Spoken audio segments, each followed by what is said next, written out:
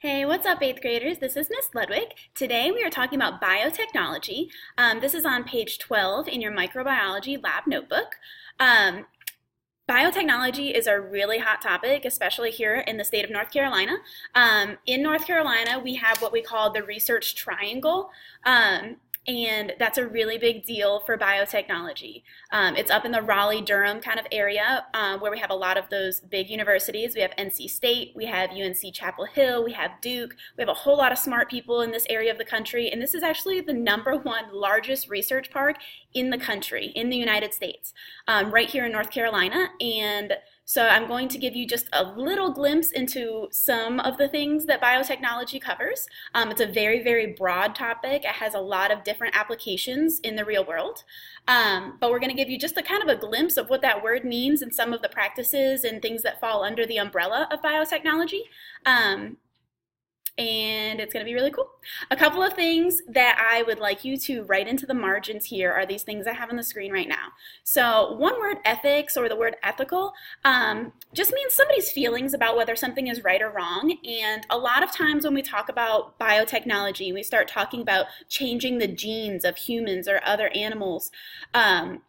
A lot of people have a lot of feelings on that, and sometimes they're really good feelings, they're pros, and sometimes they are very against it for a variety of reasons, and so those would be cons or something that people don't like about it.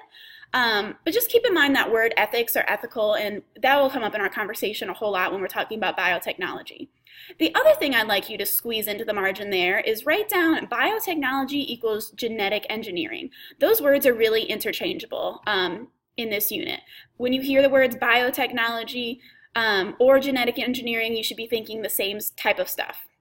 So by the end of this lesson, you should be able to describe how living organisms can be used for scientific purposes and really to solve the problems of the world, which is really awesome. So first of all, what is biotechnology? So in your notes, go ahead and jot down, biotechnology is using living organisms to make useful products in crops, in food products, in medicine, in industry and manufacturing. And in just a minute, we'll go over what all of those things mean. But here's a quick example right here on your screen. You may know somebody that needs a knee replacement or a hip replacement, or they have broken their arm and they have to have pins and plates put into their arm to help their bones fuse back together or to work properly. And that's just one example of the medical field of biotechnology. Somebody can use a living organism, a person, a real live person's body, and then they get something that's engineered by technology to help them have a better life or be able to walk or move better. So that's just one example of what could fall under the term biotechnology. So here's kind of a cool graphic I like because it talks about all these different sectors of biotechnology. And as you can see, a lot of these, we have medical, we have industrial or manufacturing where we're making things. The blue is marine, so having a lot of things to do with marine life and ocean life. Agriculture or environmental is green, and all of these kind of overlap under this umbrella term of biotechnology, where we're trying to use living things to solve problems in the world. So here's just, like I said, just a few examples of how this stuff is already incorporated into your everyday life, or things that are happening all around you and you just don't realize that they're considered something called biotechnology. So first, I think the medical field is really cool. Sometimes we call that red biotechnology. Just a few examples of how this red biotechnology or medical biotech falls into your life. This is how we make medicine. This is how we make antibiotics. This is how we make vaccines to prevent yourself from getting some kind of virus. This is how we make medical devices to help people. This is how we can grow new tissue. For example, if somebody has been burned and lost a lot of their skin tissue and we need to regrow that skin tissue for them, we can do that in a lab and then put that tissue on them. We can actually 3D print it now, which is really cool. And then that person can have new skin, which is an amazing thing. Diagnostics, meaning ways to diagnose people with certain diseases. We use it with animals in the veterinary sciences. Biomarkers is something that's really cool. It's our ability to look at people's DNA and their genes and point out certain genes that might cause a disease or have the potential to cause a disease. And then from there, we can decide if we want to remove it or change it, etc. So the medical field in biotechnology is really cool, and there's just so many things that you could research under that. Gray biotechnology or industrial manufacturing, that should make you think about making products, which it really is. You can see on your screen here many different things that are made, but one of them I always like to point out is biofuels or biorenewable resources. We'll be talking in our upcoming energy unit about fossil fuels, and I know that we've talked about them before, using coal, oil, natural gas that come out of the earth to make products like plastic, to put gas and oil in your vehicles so you can drive around, to provide electricity so you can heat and have light in your home. All of these things, for the most part, are using these fossil fuels. But we know that when we use fossil fuels, it's actually really bad for the environment. So we are always looking to try to find some kind of better, more sustainable, better for the earth way to provide fuel and energy for our everyday lives. One of those things includes biotechnology, biofuels, biodiesel, maybe you've heard of, or ethanol. You can actually take corn that grows in a field and turn that into fuel for a vehicle or for a tractor. So they're always researching new ways and more efficient ways to do that, things that'll make your vehicles run better, but also better for the environment. We'll be talking about transgenic organisms in a minute with plants, but also fish and other fun animals.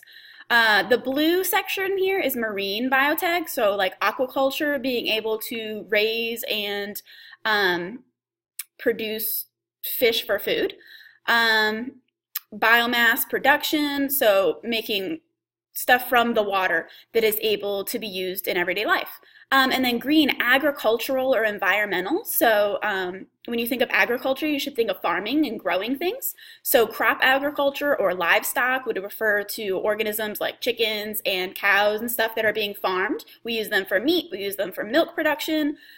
Your crops, like being able to change the DNA of tomatoes or of corn to make them resistant to pesticides or resistant to certain bugs or to make them have a longer shelf life. All of these things, and these, like I said, guys, are just a few that can all fall under this huge umbrella of biotechnology. Again, using living things to solve problems in our everyday lives. So you may have heard of GMOs before. GMOs stands for genetically modified organisms. When we're talking about genetics or something genetic, we're thinking about the genes and the DNA that make up an organism. It does not have to be a human. It could be a plant or some other living organism. But we all have DNA. We all have genes that make us who we are. And so genetically modifying means changing those genes in an organism to have certain characteristics. For example, some of our major crops in the United States that are genetically engineered or genetically modified are canola oil, sugar beets, where we get our sugar, soybeans, tomatoes, rice. There's a whole lot of them, and a lot of times you just don't even realize it.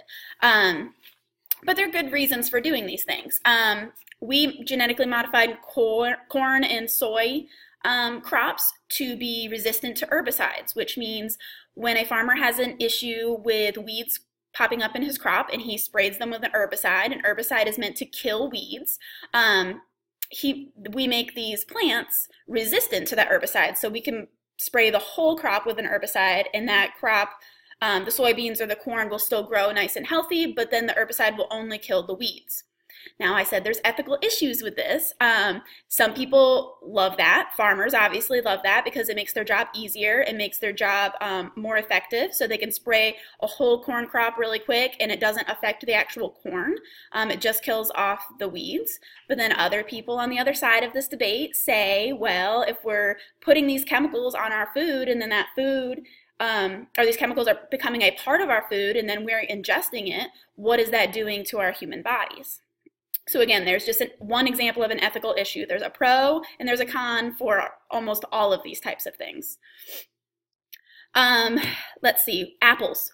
Who has had a McDonald's Happy Meal and they come with those little packs of apples, but they don't get brown. Those apples are probably genetically engineered so that they do not turn brown. Somebody took the brown turning gene out of the apple and now it doesn't do that. So that's another example. We have genetically modified organisms like cows to produce more milk.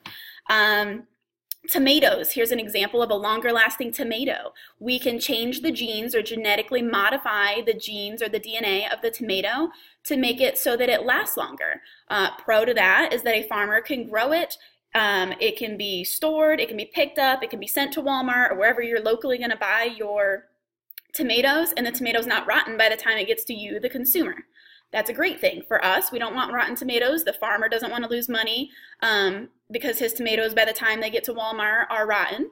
But there again, some other people may say, well, what is that doing to our bodies when we ingest these maybe unnatural types of tomatoes? Sometimes a really cool thing that we can do with plants is changing plants so that they can grow in a harsh environment, which has been really good for other parts of the world. For example, let's say we have a country that has a hard time feeding all their citizens. There's tons of people all over the world that are starving every day because maybe the environment where they live is not conducive to growing crops. So they have too much salt water and not enough fresh water, or they have not enough rain to grow that crop. We can genetically modify the crop so that it grows in these harsh conditions. It doesn't need a lot of water, or it can grow well in brackish water, which means kind of salty-ish water. So these are good things. Yeah, so that's that. Genetic engineering a lot of times is a good thing because people it allows us time saving for the people that are growing these things, a method for producing larger, higher quality crops, better crops with less effort and less expense on the farmer's part. But there again, there's always a downside to everything. So just an example of some of the ethical issues we may have with genetically modifying crops or organisms. Biotechnology techniques are used to produce all genetically modified organisms. So if you see on your EOG or any other kind of exam, how do you produce a genetically modified organism? The answer is always going to be biotechnology. Ooh, that's a cute little fish. Ooh, even better, it's a glowfish. Same thing here. Oh, he's cute. Ooh, neon green, even better. So this is an example of a transgenic organism. We can take this little zebrafish and we can inject the DNA of like a bioluminescent jellyfish or sea anemone, the ones that glow naturally. We can take the DNA out of those, put the DNA in this little fish, and create this cute little guy. Same thing here. So this is transgenic, which means we are transferring DNA from one organism to another organism. And something real quick to understand about this is that it's not like we're taking that jellyfish DNA and injecting it into every single fish that you go and you see at the pet store that is glowing. What has happened is they've actually taken that DNA from a jellyfish or a sea anemone that is naturally glows, and we inject it into the zebrafish, or the other organism that we want to inject it into. It goes into the cells, the actual cells and DNA of that organism in the egg form. And then when we make more future generations of that fish, that gene is naturally passed on when those fish reproduce. So we do not have to inject every single fish that glows with the glowing DNA. This happens naturally over the course of generations when these organisms reproduce, because now it is a part of their DNA. Gene therapy is something really cool about biotechnology. This is how we use genes to treat diseases. So most people don't have any issue with that. Would we love to cure cancer or get rid of Parkinson's disease or hemophilia or any of these other diseases? Most people would say absolutely. So there are a couple different methods in gene therapy. We can insert medicine into the cell. A lot of times we will use like a virus to do this. We've talked about viruses being vectors before. Instead of that virus being a vector for a certain disease, we can use that virus to be a vector to deliver a good gene or a type of medicine into a cell to kind of cure somebody's disease that they have. we can deactivate a mutated gene. So mutated means it has changed, and if it has changed into a bad way, that could develop into a bad disease. So if we deactivate a mutated gene, it means we're basically turning it off. We're using a virus to go into a cell and then turning off that gene, so that person doesn't have that disorder anymore. Or we can even replace a mutated gene. So we can basically cut and paste. We can take a gene out that's messing up for that human and causing, or that person, animal, causing them an issue, and we can cut it out and replace it with a new gene that is better. Again, some of the medical aspects of biotechnology. How exactly does this gene therapy work? So here's an example, and this example is in your notes. How does it work when we're talking about the ring spot virus and papaya? So papaya is a fruit. A lot of it is grown in Hawaii. So the problem is, just like humans, sometimes plants can get diseases. They can get viruses. And when those plants get a virus or a disease, they're not producing. So the crop, the farmer that grows the crop is losing money. The people at Walmart are demanding more papaya, and it's a huge issue. So if we can solve some of that problem using gene therapy or biotechnology, that's a great thing. So here's an example of how that works, and I'm just going to be really brief about this. But basically, we are inserting a single gene from the ring spot virus. So we're taking a piece of the DNA from the virus that was making the papaya sick, and then we are putting it into the DNA of the papaya to make it resistant to that virus. So almost like giving the papaya a vaccination, essentially. So basically what happens is we look at this virus and we say, oh, that's the gene that we need to clip out. Again, it's a kind of a cut and paste procedure. We clip a gene of the virus that is causing these papaya to get sick. And then we can put it back into a virus. We can copy it a bunch of times. So now we have a bunch of cells that have this resistant gene in them. And then what we do is we actually take it and we coat it in gold or sometimes tungsten, and we take this sweet little gun thing and we shoot it into a cell. And then we have the seeds of a papaya that have this DNA that is resistant, and then when we grow it, we see if it has worked, and if it has, then we take those seeds and keep on reproducing more papaya that are now resistant to this ring spot virus, which is pretty cool. Here's just another graphic and example of how this works in humans for some kind of genetic disease that they may be trying to fight. You take cells out of the human. In the laboratory, a virus is altered so it can't reproduce. The gene is inserted into the virus, so using the virus again as a vector to deliver something good rather than something bad. The altered virus is mixed with the cells from the patient. The cells from the patient are now genetically altered or changed with the DNA that we inserted, and then we kind of just put those back into the human, and now they should be good to go, which is a very simplified version of it, but essentially that's how it works.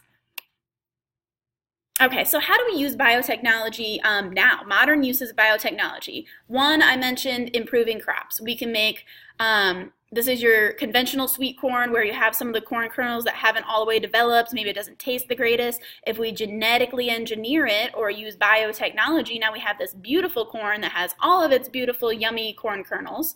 Or, more importantly, we can make papaya or tomatoes resistant to viruses. We can make them resistant to herbicides. We can make certain tomatoes resistant to a certain type of beetle that likes to eat them. We can change the DNA of the tomato so that when this certain type of beetle bites the tomato, it actually is poisonous to the beetle and it kills the beetle. Another cool thing that we can do is make human insulin for treating diabetes. So in the past, before biotechnology was a thing, we actually had to use insulin made from cows, and humans had to inject that cow insulin into them. But now, using bacteria actually to produce, we use bacteria in a lab in a petri dish to produce this human insulin, and then that's what diabetics can use for their insulin. We have all seen CSI. We use this biotechnology stuff and all this DNA testing and stuff to try to figure out who done it, who was there at the scene of a crime, or who might have actually done that crime. And then another really cool thing is removing pollution from soil and water. So this is called bioremediation. And a lot of times we can use bacteria for this. If there's an oil spill out in the ocean and we need to clean it up, we are learning how to take bacteria that actually like to eat the oil and release it into the ocean. Although, there's always problems with that because we have to learn how to contain the bacteria. We don't want it to get anywhere we don't want it. We want to make sure it's eating the oil and not eating other things, etc. But again, all these pros and cons and ethical concerns. Something else I want to mention is the Human Genome Project. So the Human Genome Project was started not that long ago, 1990, and it finished up in about 2003, so it was about a 15-year project. It was an international effort, which means lots of countries around the world all wanted in on this Human Genome Project. And the whole purpose was to fully map and understand every single gene in the human body. As you can imagine, that's probably going to have really awesome results for understanding medicine and being able to treat people for all sorts of diseases, genetic disorders, all of this kind of stuff. So they basically identified all of the genes that make up the human DNA. But then there's, again, some ethical issues. Number one, this allows us to better diagnose and treat diseases, which most people agree with. But then there are other people that might go a little too far with this kind of stuff and start saying, well, I want to make like a designer baby, they call it. So I'm going to make the perfect human. It's going to be like a basketball star, I don't know, LeBron James and Michael Jordan is going to have such good athletic ability. It's going to have the perfect curly brown hair and beautiful blue-green eyes and the most perfect complexion.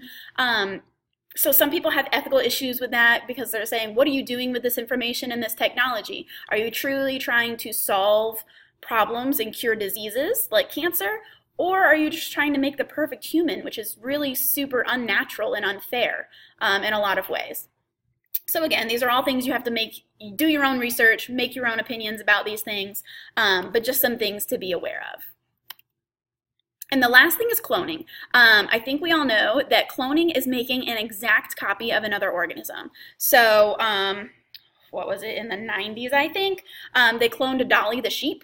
So what they actually do is made an exact copy of a mammal, a sheep, which is a really big deal. They had done it before in mice and in frogs and some other smaller laboratory type organisms, but they hadn't done it in an actual mammal. Since then, they've done it with other organisms.